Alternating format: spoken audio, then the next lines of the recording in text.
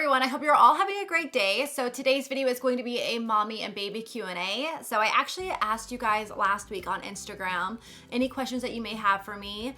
And I filmed this last week, but I wasn't really the happiest with the footage, so I'm refilming it, just to be honest with you guys. But yeah, I'm so happy that Instagram still saves everything on here. So I'm gonna go through all your guys' questions, which there are a ton, but some of them actually are like the same. So I'm just gonna kind of say it generically. By the way, if you're not following me on Instagram at Madison89Miller, make sure to be following me. I'm always asking you guys questions about like what you wanna see on the channels, mystery box giveaways, everything like that. So make sure to be following me over there. So let's just go ahead and get on into it. So here's the first one. Are you thinking about piercing Riley's ears? So I have been contemplating this a little bit here and there. I've been going back and forth with it. I really am not against it, to be honest. I'm just kind of like, I just haven't done it. I don't know if I'm going to. I've been thinking about it though, because I even looked into places where I could get it done. And I actually found a place like right near me that does it. And so yeah, I've been contemplating on it. Let me know in the comments down below if you guys pierced your baby's ears and how that experience was for you. My sister's ears were pierced as a baby and she's totally fine, great. They don't close up, which is awesome.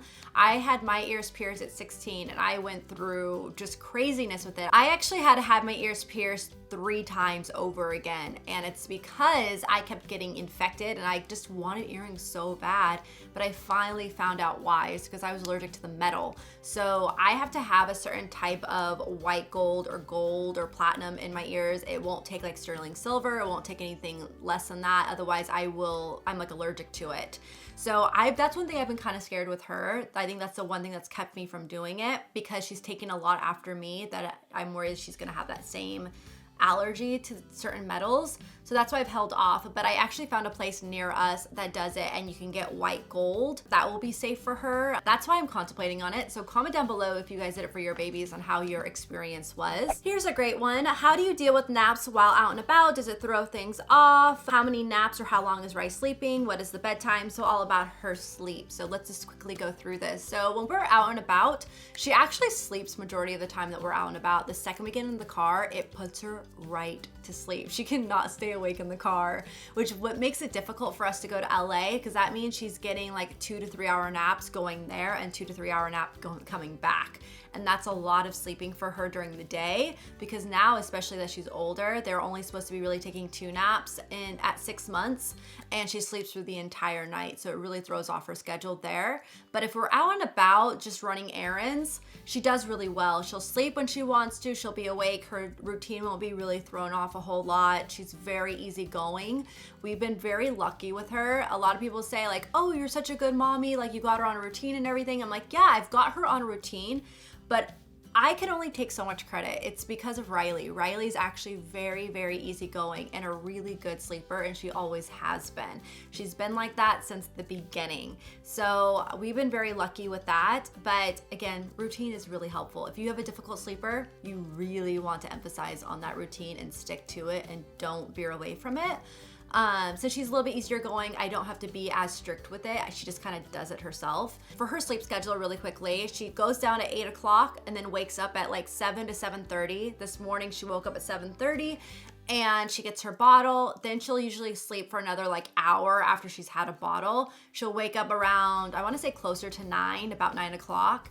And then she'll be up for a good span of time. Then she'll go down for maybe like an hour nap around 12. And then her long nap is usually at 3 o'clock for like 2 hours. And that's when she'll sleep for the longest time. And then she'll be up playing da-da-da-da. And then around 6 o'clock when we usually eat dinner, she might take a little cat nap. And then she'll wake up and then we'll get her all ready. She'll have her last bottle at like 7:30. Then she'll be ready to go down at 8. That's kind of like how the gist of her goes. Honestly, I think there's gonna be like to where that little cat nap at 6 o'clock and that afternoon at 12 is going to be out of here soon, because her wake times are getting longer, being 6 months. And she's been sleeping at night in her crib and we have had no problems with that. Like she just takes to the crib just fine, sleeps really well. It's actually been really nice because I don't have to worry about the light being on in the bedroom anymore. And I can work late at night now too. Before it was a little bit harder because if she heard my voice while I was editing, I had to wear earphones, because if she hears my voice, she wakes up. So if she hears anyone else's voice, like Joel or the TVs, stays down asleep. But if she hears mine, she's instantly up, so I have to be careful with that. It's like Joel will try to talk to me and I'm just like, I'm not talking because it's going to wake her up. So yeah, she does really well in her bed at night, and it's been really nice because I can work a little bit easier, but I still miss her a ton. Alrighty, so next question, best swaddle for 3+ months. So Riley never liked to be swaddled. Never cared for it. She did it a little bit in the hospital, but when we came home, she quickly grew out of it, did not like it, doesn't like her arms being restricted. I've read that every baby loves being swaddled. It's just about swaddling them properly. No, she would like fuss and fuss and fuss until she could get out. And she just did not care for it. And I had so many swaddles, you guys. It was a waste. But anyways, she loves sleep sacks. The sleep sacks that I love are the nested bean sacks. Those are some of the best quality sleep sacks I have seen. I love the weightedness on them. That makes them feel like someone's there. Like, you know, the mom's hand is on them. She loves it. So I love the winter one because right now the nights are a little bit colder. I love the premium ones. The fabric is just super soft on them and they're just great quality. Another ones I love are the Halo sleep sacks. Those ones are very easily attainable as well. You can get them at Target, you can get them at Nordstrom, Buy Buy Baby, Amazon, you can get them anywhere. But for the nested ones, if you guys want to save money off, I have a code. I believe it's Madison15 for 15% off on their website. So I will always have that link down below for you guys, but those are my favorite. They are amazing. I had some questions asking about formula and breastfeeding. So I'm guessing some of you have not really like kept up with the vlogs or Instagram because I actually stopped breastfeeding at 3 months. It just became a little bit too difficult and hard for us. Honestly, she kind of also weaned me off towards the end too. She was kind of like over it. But she was tongue-tied as a baby and she just never latched really well. We used nipple shields. We even got to where we weren't having to use a nipple shield anymore. But that's when she got to the point where she was just like, I don't want this anymore. I want the bottle. She's very independent in that sense.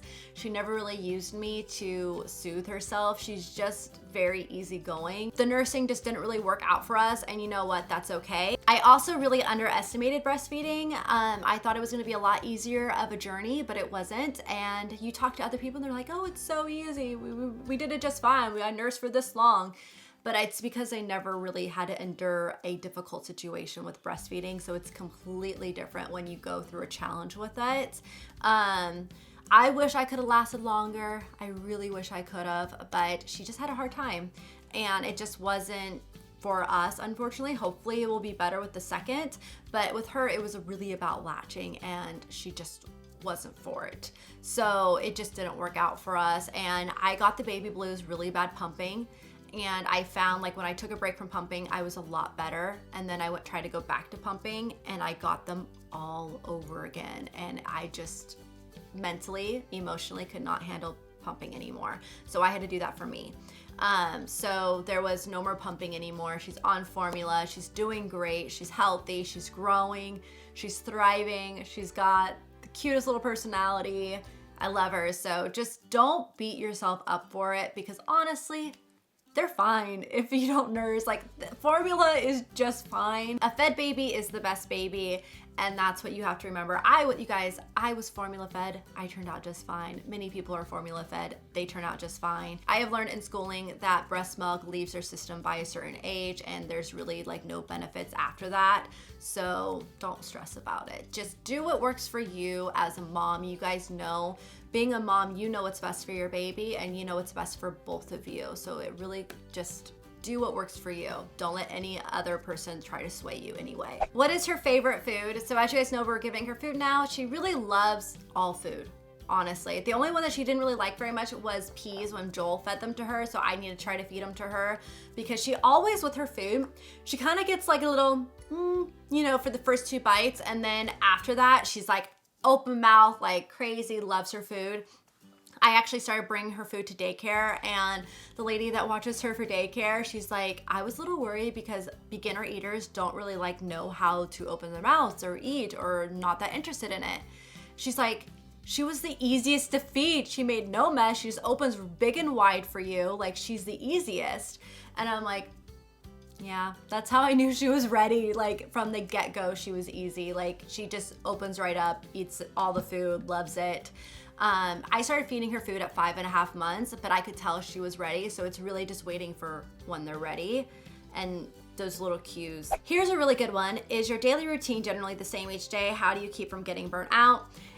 Honestly, I do get burnt out, and that's when you notice I'm not uploading all the time on the vlog channel and when I'm not on Instagram stories as often. That's because I'm taking a break, like a me break, and it's definitely needed. I've learned that it's healthy doing it that way because YouTube, even though everyone glamorizes it and thinks it's such an amazing career, I love it, I'm grateful for it, but it's one of the hardest. I know a lot of people are like, I want to be a YouTuber, but there's a lot of hard work and dedication that you have to put into it, and you have to have the work ethic for it. Like, it's not easy. It's constant go, go, go, trying to keep up to date with everything, reading analytics, keeping up to date with, okay, what videos are gonna do well. All right, I have to post here so I can stay relevant. There's like so much that you're constantly sharing and doing that you never get a break, and I've learned that it's healthy to take a break and just don't stress over it. So that's what I've been doing. I plan out my weeks on Sundays. As you guys know through my planners, I like snap it on Instagram.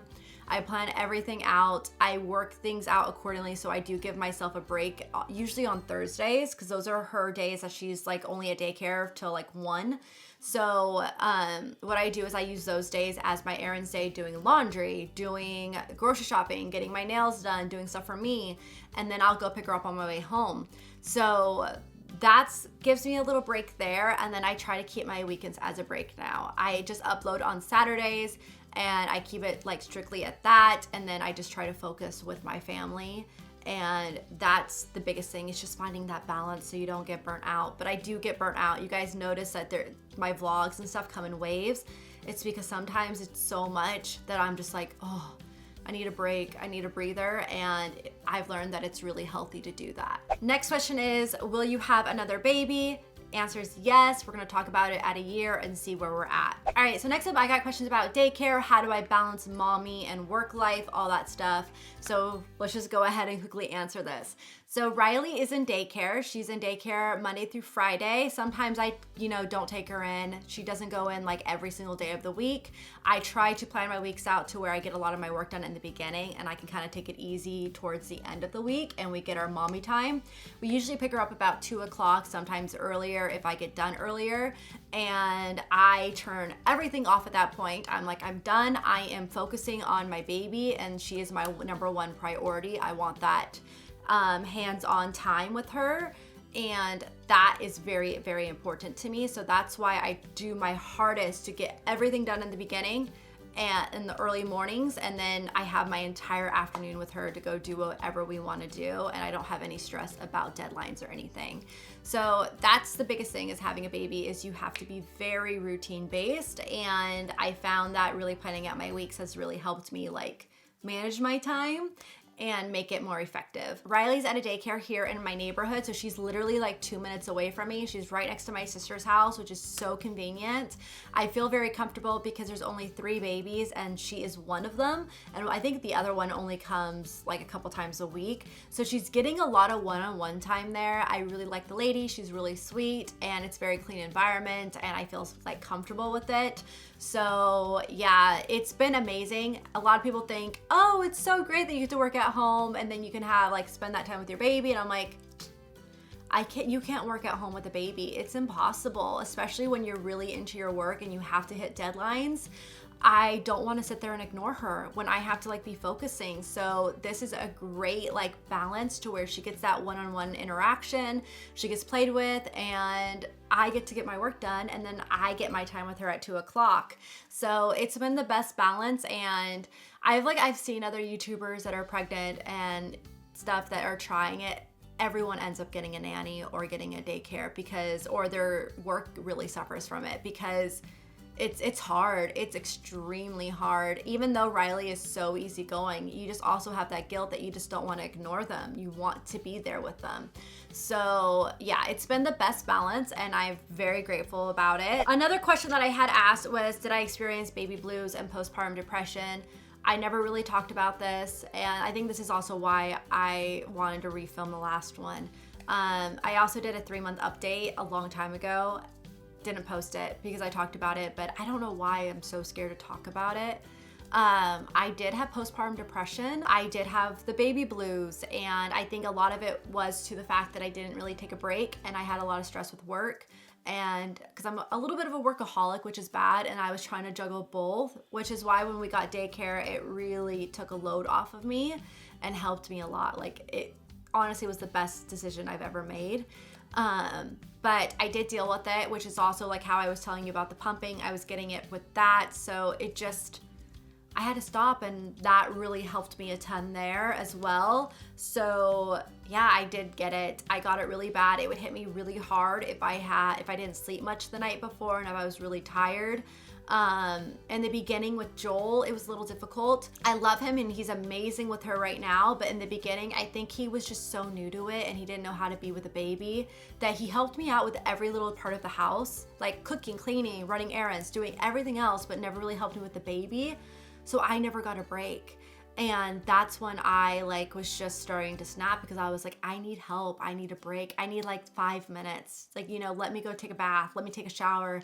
And so once I finally was communicating that with him, and then he kind of saw it, that's when he really stepped up his game and it got a lot better. But I think with him, it just was, he didn't know what to do because he was so new to the baby thing. Yeah, I definitely got it, and I got out of it around, I want to say 3 months is when I got out of it. A big thing was him stepping up on that department, on taking her and giving me a break and letting me go work out, letting me do something for myself, just 30 minutes a day.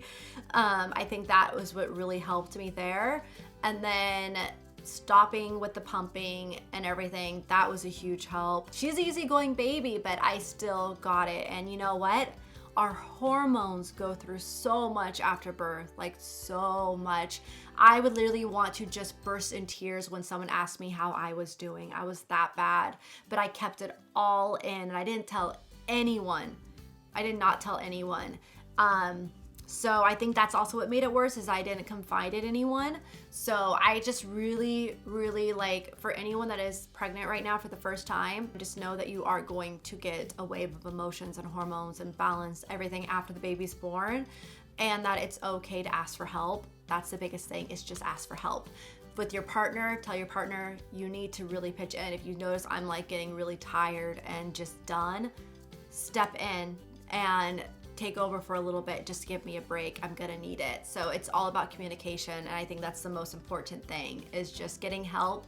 Getting that time for yourself is so important. What products or methods did I use to lose the baby weight? I'm still about 10 pounds away from my pre-pregnancy weight. It's hard. I'm plateauing right now. But honestly, I put on a lot of weight. Oh well. It's been a chore to get off for sure. But what I did was I did Jenny Craig, which honestly, it wasn't the best. It wasn't for me. So I wouldn't entirely recommend that. I would just basically watch what you're eating, eat healthy, eat lean meats, eat no carbs, keep the carbs away, no bread, grains, nothing like that. Eat very lean, healthy. Make sure that your meat is the size of the palm of your hand, and then make sure your serving of vegetables on the side is bigger than your entree, your meat. So that's another thing. I eat eggs in the morning. What else? I eat ground turkey usually for lunch, and then chicken for dinner. But it's just about eating healthy, keeping your calorie count on the lower end, and then also exercising. I work out a lot. I haven't worked out that much these last couple of weeks, which is why I think I kind of plateaued, but I've just been so busy that it's been hard. So I haven't worked out in a bit, but I was working out a ton there. I was working out 4 to 5 times a week, and then keeping my calorie count really low. So I was doing really good. But I think also since I've been I've even can fit in some of my pre-pregnancy jeans now, that I've kind of was oh, I'm there, I can ease it up a bit. But yeah, I need to really snap it into gear and get back down all the way. But yeah, just watch what you eat. Keto has been amazing. I've been doing keto. I haven't been as super strict with it, which is why I think I'm not seeing the results that I did in the beginning. So you want to be super, super strict with it and work out and walk. If you can't go to a gym to work out because you have the baby, strap the baby to your chest, go for a walk outside, or push her in a stroller or him in the stroller and go for a long walk, and just keep the steps tracked on your phone, because they have like apps and stuff for that now. So yeah, that's my biggest thing, is just exercise, eat right, and yeah, it will come off. It will just take time. But honestly, if you put on a lot of weight through pregnancy, the first bulk of it comes off so fast. It's just that last little bit that's hard, that wants to stick around. It's like, go away, I don't want you. How often does Riley eat? I feed her twice a day now, so she eats at daycare at 12 and she eats with me at dinner at 5. Are you ready for her to start crawling and walking? Nope, I am not ready at all, but I do have a playpen and a play mat, everything set up. Not set up yet, but I have everything already. I'm turning that first bedroom downstairs into a playroom, so it's gonna be, I'm gonna do a whole video on that on this channel for you guys, so you guys will see our whole process there. Do you let your baby watch TV? No, if I do have the TV on, I try to keep her away from it and not looking at it. I don't want to overstimulate her. If you overstimulate them at a young age, they're always going to crave that stimulation, and they're just gonna want it all the time. So you really want to emphasize on independent play with them. So you want them to play by themselves, give them their own little toys, let them entertain themselves, let them learn that. And then you want to play one-on-one with them as well. So it's finding a balance between the two, but we try to keep the TV off with her. And if it's on, it's low and she's pointed away from it, because we don't want that stimulation. Here's a good question. How'd you get things done when your little one was younger? My 2-month-old nurses for hours. Babies in the beginning, they're constantly like cluster feeding, because they're going through so many growth spurts, that they want to nurse like every 30 minutes. Like Riley wanted to nurse every 30 minutes, because I think also she wasn't getting enough milk. She just couldn't get it. It is so hard. In the beginning, it's a little bit difficult. When they get a little bit bigger, you kind of like just carry them around and you're just doing stuff, or nurse them while they're in the carrier. But it's hard. It is so hard. Honestly, when it came down to the house stuff, it was mainly Joel. Joel was cleaning. He was doing the dishes. He was cooking. He was doing the errands. He was doing everything. So it's like just having that other person kind of step up and help you with the chores of the house.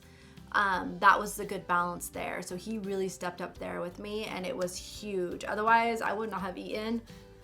I don't know how moms do it with multiple kids. I think you just like learn. Like when you bring in another kid in the mix, you just kind of like, you just figure it out. But being with just one baby, I'm like, I don't know how they do it. Moms are like superwomen. Like the multitasking skills that moms have, it's truly amazing. All right, so here's a fun question. What has been your funniest parenting fail so far? So in the beginning, I think she was like 2 to 3 months old. We brought her over to Joel's grandpa's house, and we didn't expect there to be there that long. I checked the wipe container and there was a wipe in there. So I thought there was wipes.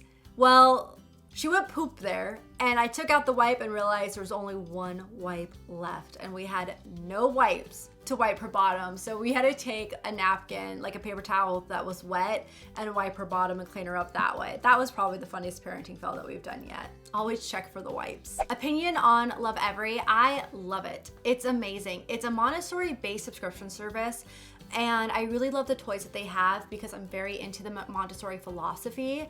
So I am obsessed with it. I highly recommend it. I think it's a really good gift to give to someone too, for like a baby shower.